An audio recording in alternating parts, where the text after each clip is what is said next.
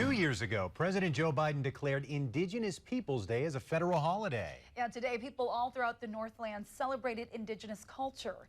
Northern News Now's Madison Green shares how honoring this holiday in Grand Rapids is nothing new. I'm Indigenous every day. I can't not celebrate who I am every day. 2023 is the first year the state of Minnesota is recognizing Indigenous Peoples Day.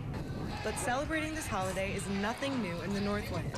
Grand Rapids declared the holiday back in 2015, something Lori Harper, the Director of Education for the Leech Lake Band of Ojibwe, the reservation closest to Grand Rapids, finds impressive. Grand Rapids City Council was willing to say, hey, we recognize this and we want to work towards repairing the relationship with tribal nations, and we want to recognize it. And that's huge.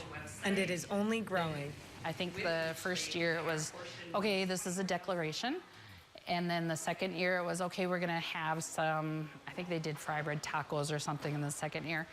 Today, having a full-on all-day celebration and having added the educational topics and talks.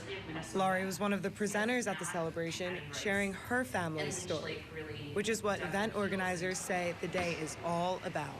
When the City Council first acknowledged Indigenous Peoples Day back in 2015, the proclamation made a promise that we as a city would seek to center the needs and gifts and perspectives of Native people. Declaring Indigenous Peoples Day as a state holiday is just the beginning. I think it's important for the citizens of Minnesota to understand that we're still here, that we're contemporary, we're not historical.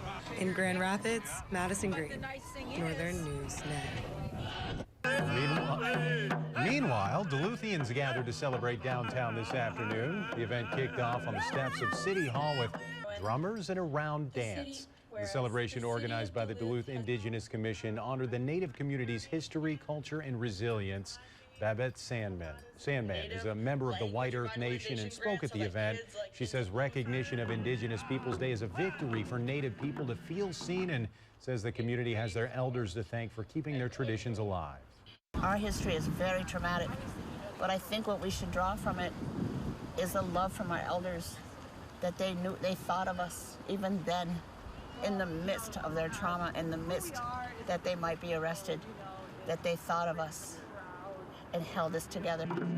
The event also honored the late Renee Van Nett, who was the first Native woman elected to Duluth City Council.